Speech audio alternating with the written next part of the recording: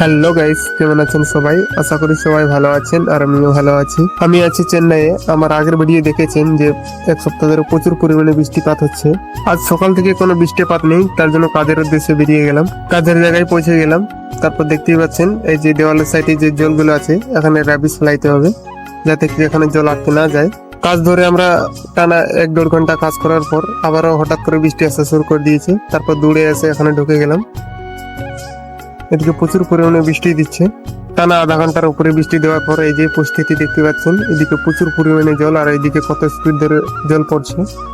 তারপর আবারও বেরিয়ে গেলাম আমরা কাজ করার জন্য। দেখতে পাচ্ছেন রাস্তাঘাটে পুরো জল আর জল।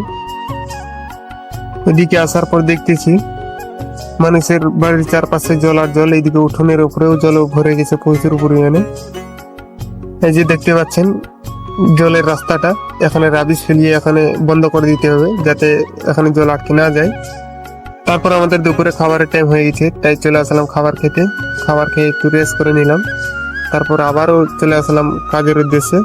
দেখতে পাচ্ছেন ওই সাইডে হয়ে গেছে আমাদের, এই সাইডে একটু বাকি আছে। ফাইনালি আমাদের রাবিশের কাজ শেষ। তারপরে এই যে ঠিকাদার বলে গেল এই সাইডের বালুগুলো এই সাইডে কিছু কাজ আছে, তাই সে পার করতে, তার জন্য এটাই করছি। প্রায় আমাদের ছুটির টাইম হয়ে যাচ্ছে, তাই আমাদের হাট বাজারে কিছু দরকার আছে, তাই খরচা করার জন্য আবারও বেরিয়ে গেলাম ছুটি না হয়েই। আজকের ভিডিও এতটুকুই, দেখাচ্ছি নেক্সট ভিডিওতে।